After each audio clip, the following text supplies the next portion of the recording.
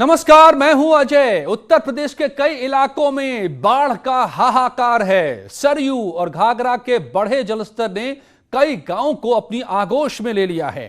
तराई इलाकों में नदियों का पानी खतरे के निशान से ऊपर बह रहा है। लिहाजा प्रदेश की 16 जिले बाढ़ की चपेट में आ गए हैं और बुरी तरह से यहां पर हालात बद से बदतर होते जा रहे हैं। आप 6 तस्वीरों के जरिए देखिए क्या हालात हैं। अमरोहा से लेकर वाराणसी, बहराइच, देवरिया, बुलंदशहर, बाराबंकी, हर जगह पूरब से पश्चिम, उत्तर से दक्षिण, पूरे सूबे में एक जैसी तस्वीर, जहां हर जगह नदियां रौद्र रूप ले चुकी हैं।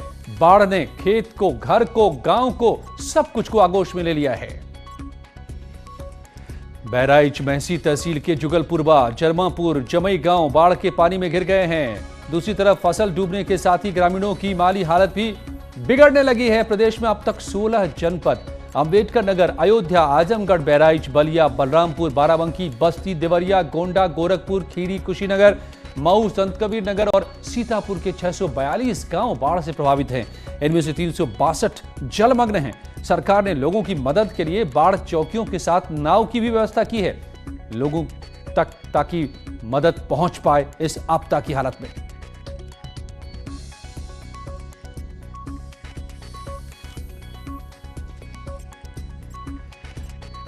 और पानी का तेज बहाव चिता को बहाकर ले जाए, ऐसी तस्वीर शायद ही आपने पहले कभी देखी हो। पहाड़ में बाढ़ और बारिश का इतना खतरनाक रूप शायद आपने न देखा होगा। आइए हम दिखाते हैं आपको वो तस्वीरें।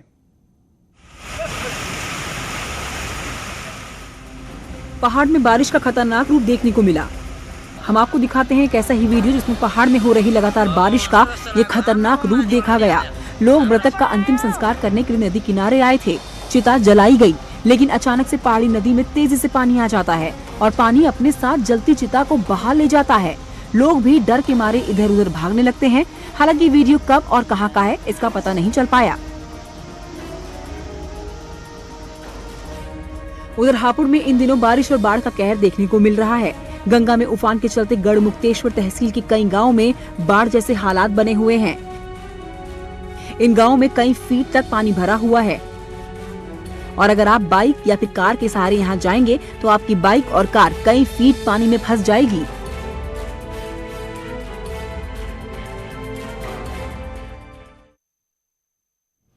और जनता तो जनता, सोचिए अगर विधायक जी अपने लाव लश्कर के साथ नदी के बीच धार में फंस जाएं तो पूरे अमले में हड़कंप मचना लाजमी है।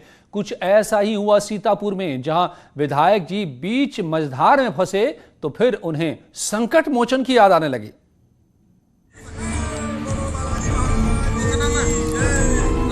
सीतापुर में बाढ़ग्रस्त इलाके का दौरा करने पहुंचे विधायक जी अचानक से नदी की धार में फंस गए।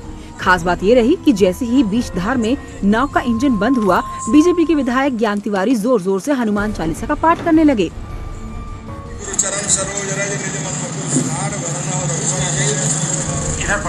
विधायक जी के साथ ही नाव में बिस्वा एसडीएम, तहसीलदार समेत 10 लोग सवार थे, लेकिन विधायक जी इतने घबराए हुए थे कि हनुमान चालीसा का पाठ करने लगे। जब नाव किनारे पर जाके लगी तब जाके उन्होंने राहत की सांस ली। रेत जैसा जहाँ पे थोड़ा कम गहराई थी उससे जाकर के टकरा गया बीच धारा में, बीच के उसमें। तो हमारे जो पीएसडी के लोग थे उन्होंने अपने साहस का परिचय देते हुए उससे स्टीमर से ढंग गए और वहाँ पे इसको रोक करके रोकने का प्रयास किया। बीजेपी विधायक का ये हनुमान चालीसा पाठ सोशल मीडिया पर वायरल हो रहा है। और आइए अब आपको बुलंदशहर और बाराबंकी की बाढ़ की तस्वीरें दिखाते हैं। पहाड़ों पर लगातार हो रही बारिश से नदियों का जलस्तर बढ़ा हुआ है, जिसने मैदानी इलाके में कहर ढाया है। बुलंदशहर के राजभार इलाके में पानी के कटान के चलते एक मकान गंगा में समा गया। महज 5 सेकंड में मकान ताश के पत्तों की तरह ढह गया। मकान का एक हिस्सा पूरी तरह से गंगा में समा गया। हालांकि गनीमत रही कि हादसे के वक्त मकान में कोई नहीं था। बारिश से मकान में पहले ही बड़ी बड़ी दरारें पड़ गई थीं।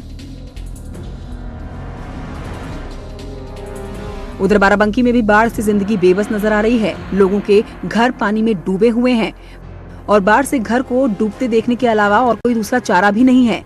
जो हेडपंप पीने के पानी के लिए एकमात्र सहारा था, वो भी बाढ़ में डूब गया है। हेडपंप का ऊपरी हिस्सा पानी के ऊपर नजर आ रहा है और मजबूरी ऐसी कि बाढ़ प्रभावित लोग बाढ़ में डूबे हेडपंप से पानी निकाल रहे हैं। तो ये जो तस्वीरें हैं बाढ़ की उफनाई नदियों की, इस बीच सरकार क्या कर रही है, तो वो भी एक ब्यौरा सामने आया है। सरकार ने जारी किया है 331 बाढ़ कैंप सरकार ने बनाए हैं। 23 कैंप में 1226 लोग रह रहे हैं। 85,156 खाने के सामान की किट बांटी गई है। बाढ़ राहत के लिए 1046 नावों का उपयोग हो रहा है। 741 बाढ़ चौकियां बनाई गई हैं। 267 मेडिकल टीम इस वक्त काम कर रही है।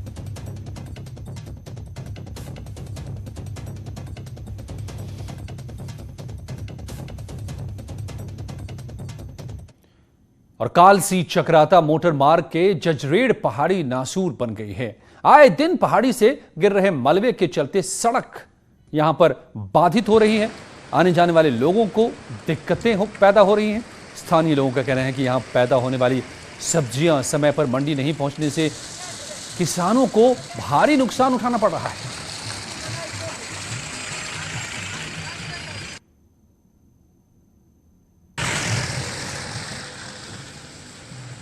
तो पहाड़ से मैदान तक कोहराम है बारिश का, और पहाड़ में तो बारिश के दिन बेहद मुश्किल भरे होते हैं, भयावह होते हैं।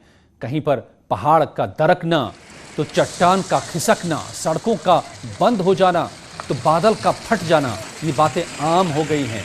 बदलते मौसम और पर्यावरण के मिजाज ने और मुश्किलें बढ़ा दी हैं, और यही तस्वीर दिखाई देती है हर साल।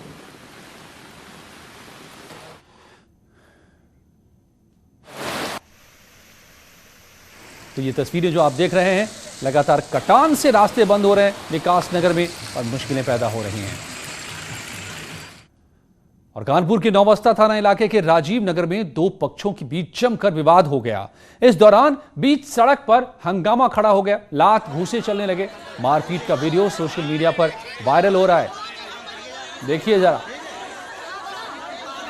बाढ़ आए तूफान, लड़ने वालों को कोई फर्क नहीं पड़ता है, बस लड़ने का बहाना चाहिए। कानपुर में कैसे भिड़ गए दो पक्ष, बीच सड़क सरेआम। अब किसी ने तस्वीर बनाकर डाल दी सोशल साइट पर, तो वीडियो वायरल हो रहा है।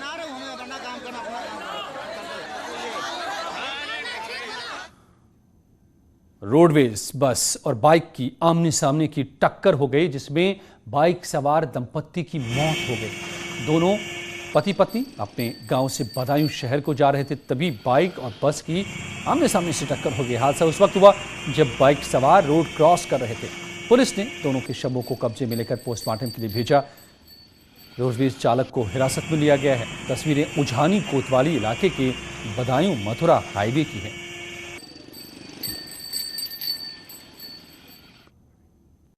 और फिरोजाबाद से एक हिला देने वाली खबर आई है। मौसेरे भाई ने दुकान पर बैठे अपने भाई को जिंदा जलाने की कोशिश की। गहनों को साफ करने वाले केमिकल उसके ऊपर डालकर आग लगा दी। युवक 80% झुलस गया। उसे गंभीर हालत में अस्पताल में भर्ती कराया गया है। नाजुक है उसकी हालत।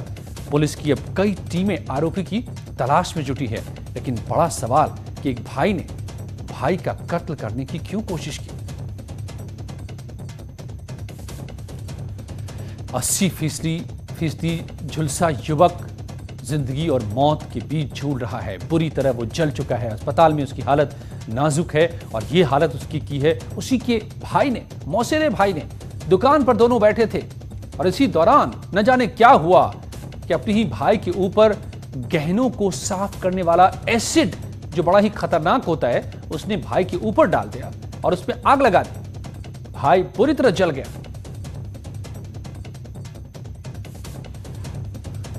ग्रेटर नोएडा में ससुराल वालों से प्रताड़ित हुई एक महिला ने खुद को गोली मारकर अपनी जान दे दी। सूचना पाकर मौके पर पहुंची दादरी थाना पुलिस ने शव को कब्जे में लिया। मृतका का नाम शाइस्ता है। पिता की तहरीर पर पुलिस ने सास, ससुर और समेत 12 लोगों के खिलाफ मामला दर्ज किया है। नामजद रिपोर्ट है मारपीट, दहेज के लिए प्रताड़ित करने जैसे कई आरोप लगे हैं। घटना के बाद से सभी आरोपी फरार हैं। अब पुलिस इन्हें तलाश रही है।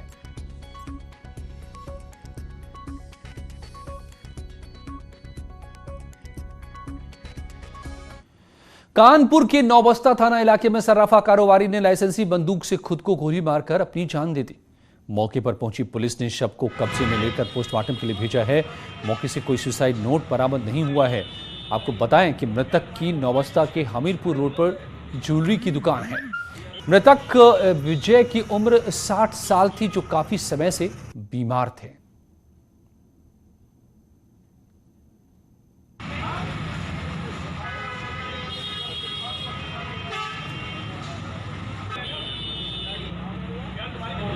जब मैं यहाँ से गुजर रहा था तो देखा यहाँ भीड़ लगी हुई थी और एक 65 साल के चाचा यहाँ पे लेटे हुए थे। खून निकल रहा था उनके और बगल में लाइसेंसी इकनाल बंदूक पड़ी हुई थी। भीड़ की वजह से हमने देखा, तत्काल हमने चौकी इंचार्ज कैलाश बाबू को सूचना दी। गोरखपुर में मानव तस्करी का सनसनीखेज मामला सामने आया है, जहां पुलिस ने बच्चों की तस्करी करने वाले 9 आरोपियों को गिरफ्तार किया है। पुलिस ने छापा मारकर 2 टूरिस्ट बसों से 20 बच्चों को भी बरामद किया है और 19 बच्चे नाबालिग हैं, जिन्हें बिहार के अररिया से गोरखपुर के रास्ते दिल्ली लेकर जाया जा रहा था। इस वक्त आपको उन बच्चों की तस्करी करने वाले सभी 9 आरोपियों की हम तस्वीर दिखा रहे हैं। आप ये बचपन के दुश्मन हैं, अब सलाखों के पीछे हैं। मामला 16 अगस्त यानी 2 दिन पहले का है, जब बच्चों को दिल्ली से जाने की सूचना मिली थी, दिल्ली ले जाने की, और इसके बाद चेकिंग की गई।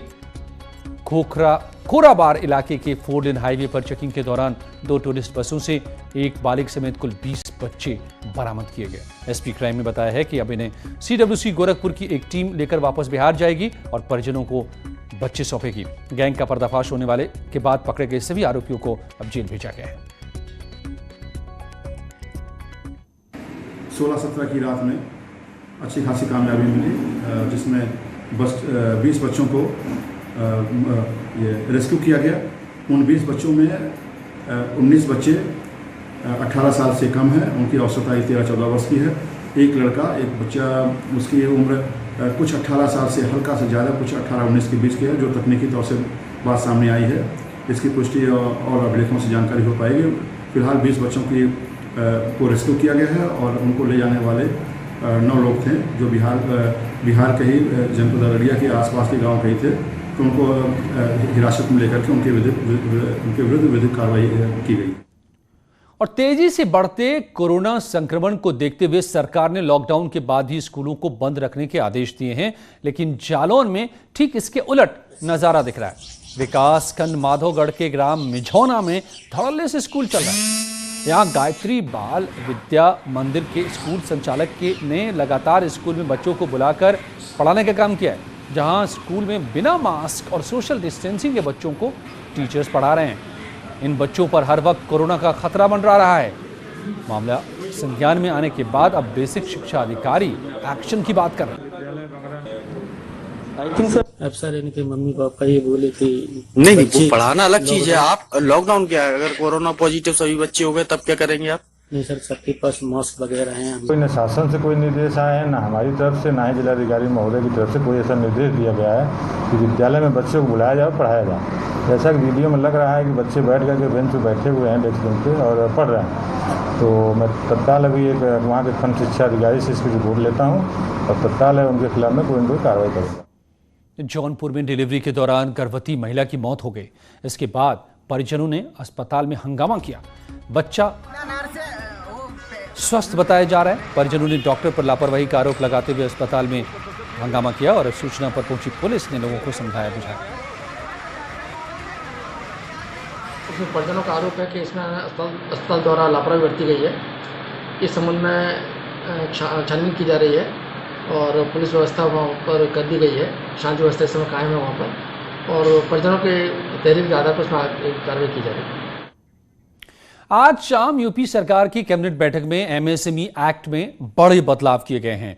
बदले हुए अधिनियम का नया नाम अब उत्तर प्रदेश सूक्ष्म लघु एवं मध्यम उद्यम अधिनियम 2020 होगा।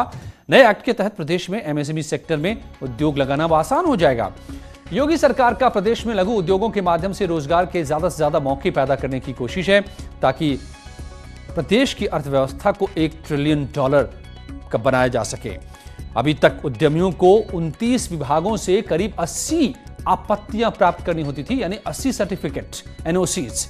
लेकिन अब केवल एक एनओसी से आप 1000 दिन तक अपने उद्योग को चला सकते हैं। बाकी के एनओसीज के लिए आपको 900 दिन का वक्त दिया गया है। नए अधिनियम के जरिए अगले 1 साल में 15 लाख नए रोजगार मुहैया कराने का सरकार ने लक्ष्य रखा है और इस दौरान वो उद्योग भी चलाएंगे और निवेश मित्र पोर्टल के माध्यम से उन्हें समयबद्ध तरीके से अनापत्ति प्रमाण पत्र भी दी जाएगी। 1 साल में तकरीबन 15 लाख से ज्यादा लोगों को लघु उद्योगों के माध्यम से रोजगार देने का लक्ष्य है। लौटते हैं कुछ ही पलों में और खबरों के साथ।